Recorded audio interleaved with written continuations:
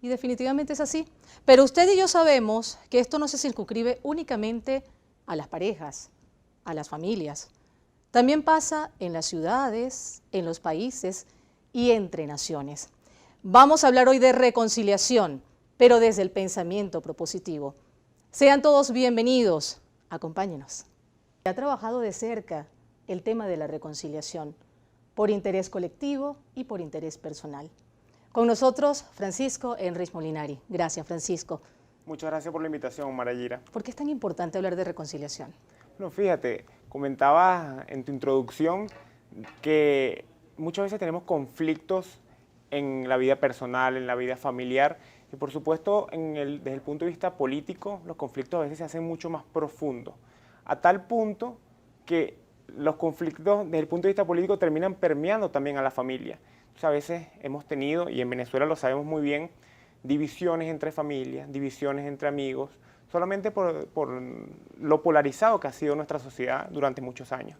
Entonces, esto es un tema, y yo te felicito por abordarlo de esta manera, que es muy necesario en la Venezuela de hoy. Yo creo que a partir del año 2021, que Venezuela entrará en una fase de reconocernos entre todos los venezolanos, reconocer la diversidad de fuerzas políticas, es importante abordar estos conceptos de la tolerancia, la reconciliación, el diálogo, el acuerdo entre personas, y más si son personas de una misma identidad, una misma idiosincrasia, como somos todos los venezolanos y las venezolanas. Conozco el esfuerzo que has hecho a lo largo de mucho tiempo en pro justamente de esos temas, de la tolerancia, de la reconciliación.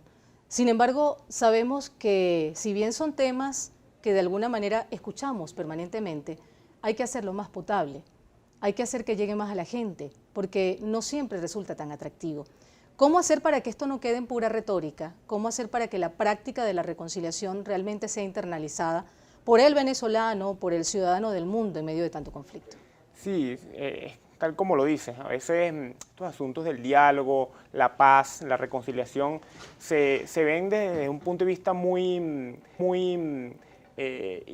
imaginativo, muy ilustrativo desde el punto de vista naif, algo muy digamos, poco realista para lo que vive nuestra realidad política, ¿verdad? Entonces, cuando tú ves un entorno político tan polarizado, con discursos políticos tan fuertes, tan confrontativos, pareciera que la agenda pública la terminan dominando los sectores, bueno, más radicales, más polarizados dentro de la sociedad. Y la verdad es que si nosotros queremos crecer como nación, si queremos profundizar, desarrollar nuestra democracia, tenemos que reconocernos unos a otros, y ese es uno de los primeros elementos, el reconocimiento del otro, reconocer que el otro existe en tu calle, en tu comunidad, en tu colegio, en tu liceo, en tu universidad. Tú vas a encontrar personas que piensan distinto a ti, y eso es parte de la pluralidad y la democracia. Nosotros tenemos que volver a eso. Ciertamente nuestro país estuvo durante muchos años con un entorno polarizado muy fuerte. Nosotros vivimos épocas donde el presidente Chávez, que era un monstruo desde el punto de vista político, electoral, que bueno, movía masas, que despertaba muchos sentimientos, en ese momento, bueno, se encaminó el país a una dinámica política y electoral muy profunda, que seguía unas ideas, seguía un pensamiento, una ideología, pero a mi juicio, bueno, con el tiempo nos hemos dado cuenta que solamente unidos todos los venezolanos es que podemos avanzar y desarrollar y superar todas las dificultades, que son en parte lo que tenemos hoy en día en Venezuela. La reconciliación con todas sus aristas es parte de lo que hoy queremos mostrarles desde el pensamiento propositivo. Vamos a marcar una pausa. @pensamiento propositivo, @Marayira Chirinos, ya volvemos.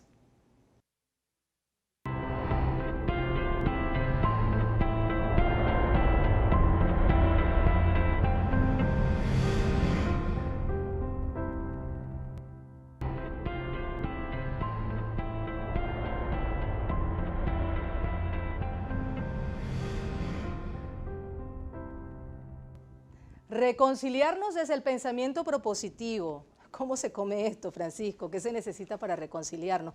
¿Cuál es esa fórmula? ¿Existe alguna fórmula mágica para lograrlo? Mira, si estamos hablando de reconciliación desde el punto de vista político, en primer lugar hay que entender que cuando hablamos de poder, las dinámicas que están detrás son muy fuertes, hay muchos intereses, ¿verdad?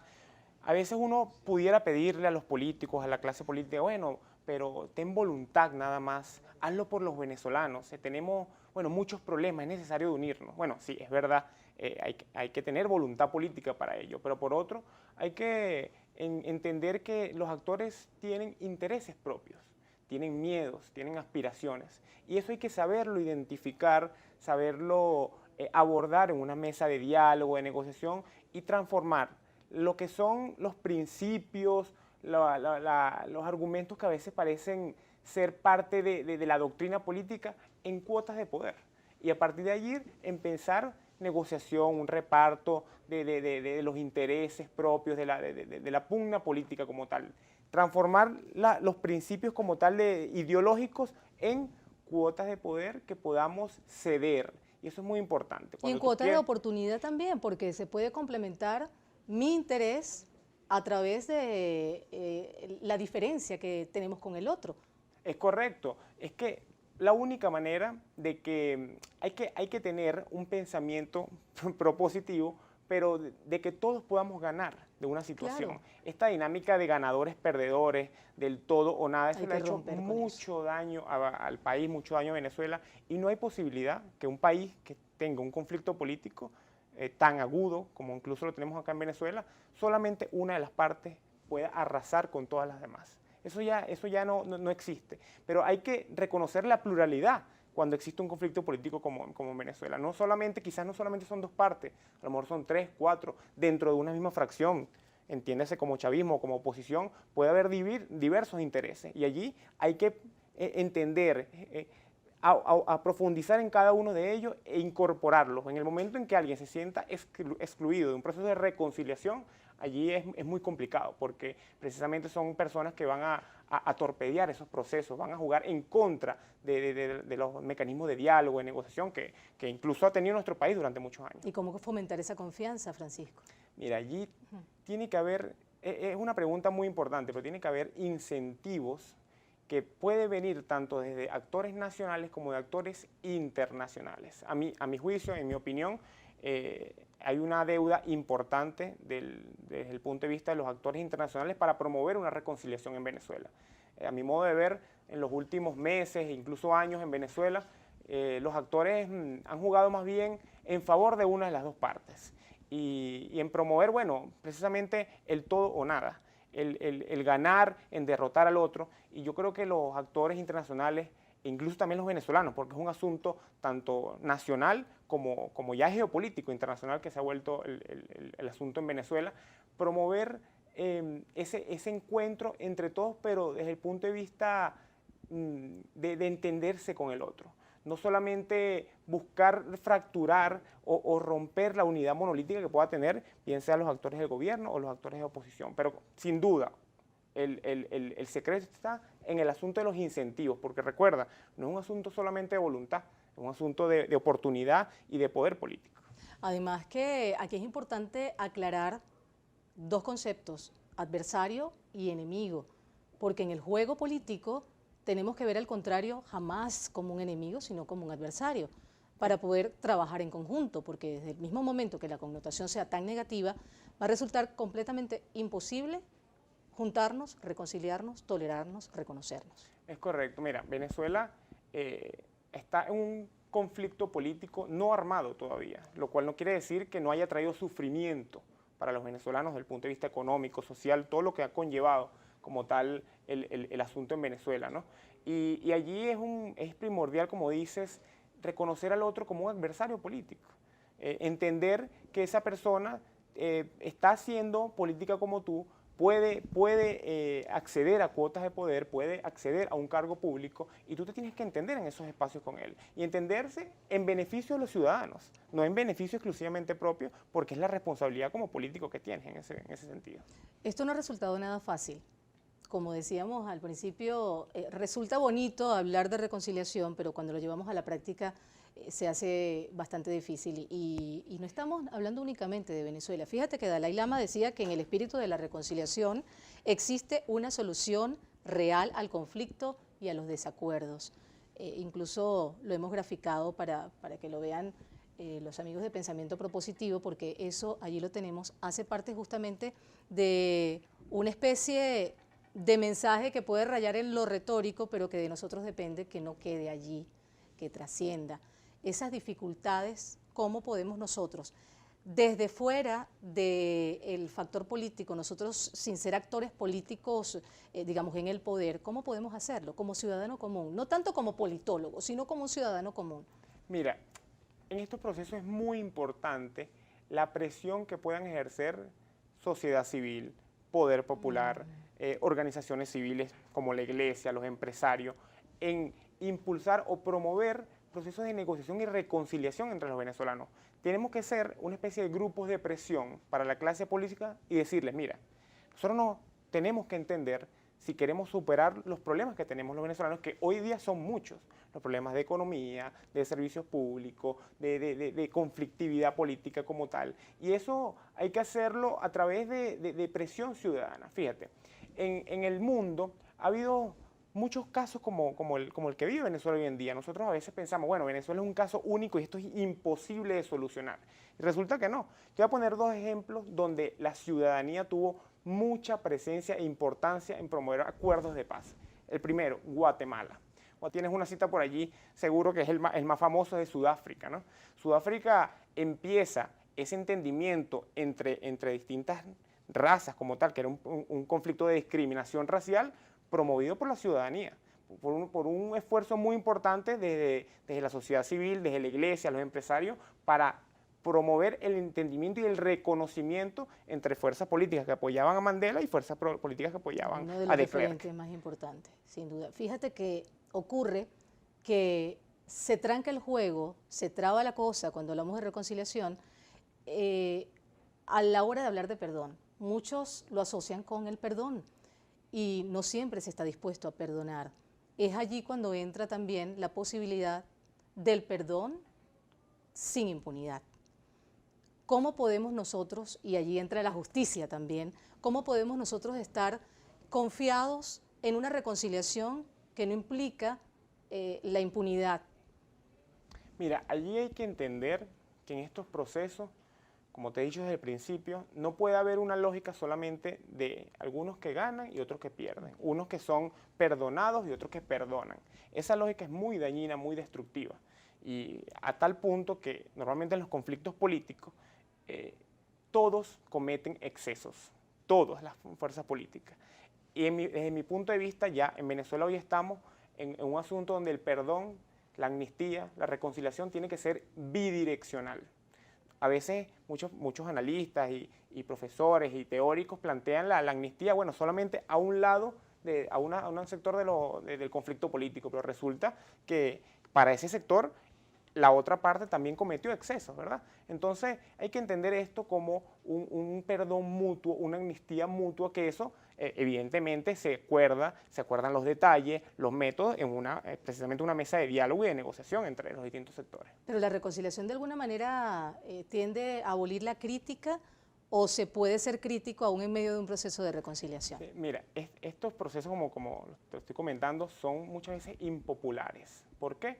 Porque precisamente cuando tú quieres llegar a una paz sostenible, ¿verdad?, entre distintos actores, tú tienes que ceder, hacer concesiones del otro, ¿verdad? Y muchas veces las personas, bueno, a lo mejor parte de la población quiere recriminar, quiere justicia desde su punto de vista. A lo mejor desde el punto de vista de otro sector, la justicia es entendida de otra manera, ¿verdad? Pero entonces allí hay que pisar tierra. Tenemos que tener una dosis de realismo político. Y a estas alturas, como te estoy comentando, ya no hay santos, digamos, cuando tú estás en un conflicto político donde muchas personas han tenido episodios de hambre, han tenido dificultades desde el punto de vista de los servicios, han muerto personas por falta de medicina. Ya hay tanto dolor en la sociedad, o ha habido tanto dolor en los conflictos políticos, que hay que reconocerlo, ese dolor que todos hemos pasado, y que lo has pasado tanto tú, que eres de color rojo, tú que eres de color blanco, tú que eres de color azul. Todos en ese momento hay que reconocer que hay un sufrimiento mutuo de todo lo que hemos vivido en el pasado, y a partir de allí ver un futuro en común, un futuro para todos y todas los venezolanos. Fíjate que hasta mi atuendo hoy tiene que ver con la reconciliación. Justo los tres colores. Lo noté, muy importante de tu parte. Nada es casual. Nada es casual. La reconciliación no es algo utópico. La reconciliación no es algo que tiene que quedar en la retórica. aquí estamos hablando de realismo político, estamos pisando tierra. Esto no es abstracto a la realidad nacional. Y es por eso que lo queremos ver desde el pensamiento propositivo. De eso se trata, de las soluciones. Ustedes pueden seguirnos a través de nuestras redes sociales, @pensamientopropositivo. Allí pueden dejar sus comentarios y revisar también todo el material que a lo largo de la semana estamos preparando hasta llegar a este día. También está mi red personal, @marayirachirinos. Vamos a hacer una pausa. Mucho más sobre la reconciliación, el perdón y lo que nos toca vivir de aquí en más.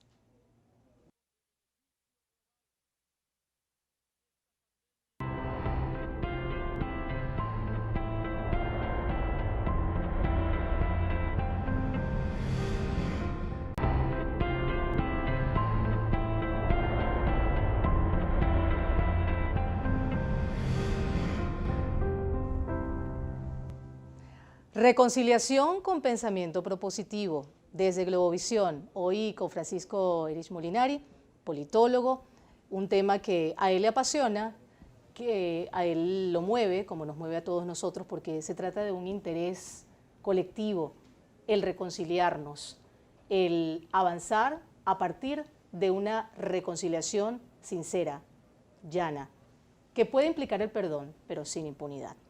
Francisco, para eso también hay que educar a la gente, educar en reconciliación. ¿Qué tan difícil o fácil es? ¿Se puede penetrar en la educación formal, de repente empezar desde niños a recibir información acerca de la importancia de la reconciliación? Sí, yo creo que allí es muy importante el rol de la educación tanto familiar como la educación formal, desde la escuela, desde la universidad. Yo, en mi caso, por ejemplo, estudié en la Universidad Central de Venezuela y para mí es uno de los espacios más democráticos y plurales que yo he podido transitar, ¿no? En esas aulas yo conocí y compartí con personas de toda visión política. Te puedo decir, desde extrema izquierda, comunistas, hasta extrema derecha, bueno, de todo tipo, ¿no? Y allí ese ejercicio te sirve mucho luego para salir a la calle, ver a las personas a los ojos, comentar, entender y ponerte en los zapatos de la otra persona. Muchas veces nosotros tenemos un sesgo cognitivo en nuestro entorno. Bueno, nada, toda Venezuela empieza a decir uno piensa como yo. ¿Por qué? Porque me rodeo de personas que tienen intereses, actitudes, gustos muy similares a los míos. Pero resulta que hay una diversidad muy grande. Tú sales a la calle y hay distintas personas con pensamiento según su edad, según su sexo, según la zona donde vive. Y yo creo que eso es un ejemplo de cómo debe haber tolerancia y reconocimiento de los otros, reconocimiento de las distintas visiones que puede tener una persona como tal. ¿Y cómo hacer favorable a mi interés la diferencia del contrario? ¿También existe alguna fórmula para eso? Porque eso de alguna manera pudiera ayudar, partiendo de ese ganar, a que lo internalicemos y lo hagamos con gusto, pues. Mira, desde el momento en que tú te planteas o reconoces que puedes estar en la posición del otro en cualquier momento, tú piensas 2 veces antes de actuar. Si yo sé que el día de mañana puedo estar en tu posición, yo no voy a hacer algo que no me gustaría que me hicieran a mí si yo estuviese en ese momento. Bien sea, si lo vemos desde el punto de vista político, yo siendo gobierno o yo siendo oposición, ¿sí? Y eso es un principio de la democracia. Yo no niego que los partidos políticos, las fuerzas políticas puedan tener una visión hegemónica por el poder, porque a fin de cuentas un movimiento político va en la búsqueda del poder. Pero tienes que entender que en cualquier momento la ciudadanía te puede reversar el voto que te dio en algún momento. Y a partir de allí entender, bueno, yo tengo que reconquistar esa mayoría, tengo que volver a encantar a la ciudadanía y yo estando desde otro punto, desde otra posición, quisiera que me respeten como yo estoy respetando hoy en día, ¿no? Yo te voy a poner un ejemplo. En Venezuela durante muchos años hemos tenido procesos o intentos de diálogo, de negociación para alcanzar una paz, una reconciliación. Pero siempre hemos planteado todos estos procesos que la solución debe ser meramente electoral, donde cada parte, bueno, vamos a las elecciones, vamos al comicio electoral para dirimir y decidir quién es el ganador. Y si la población me vota y me apoya, eso me da derecho, me da legitimidad de yo apartarte totalmente del panorama político. Y eso es un error. Claro. Y por eso es que la solución política en Venezuela no pasa nada más por una solución electoral. también pasa por una solución de reconocimiento del otro, de lograr acuerdos antes de llegar a esa elección, por ejemplo, y por supuesto acuerdos que permitan hacer sostenible esa victoria electoral del otro. Porque si no vamos a estar en una precariedad constante y un conflicto permanente donde no va a haber un ganador, así tú hayas podido vencer en las urnas, así tú hayas podido lograr imponer tu voluntad de alguna manera. Y ser propositivo. Y ser propositivo, por supuesto. Usted también puede hacerlo. ¿Qué tal si lo intentamos? Tan solo hacer ese ejercicio de tolerancia puede ayudar en muchos sentidos a alcanzar esa reconciliación. A partir de allí es mucho lo que podemos lograr como ciudadanos y como país. Francisco Henrys Molinari, gracias por estar con nosotros en Pensamiento Propositivo. Gracias, Marayería. Y a ustedes también. Será hasta una próxima oportunidad.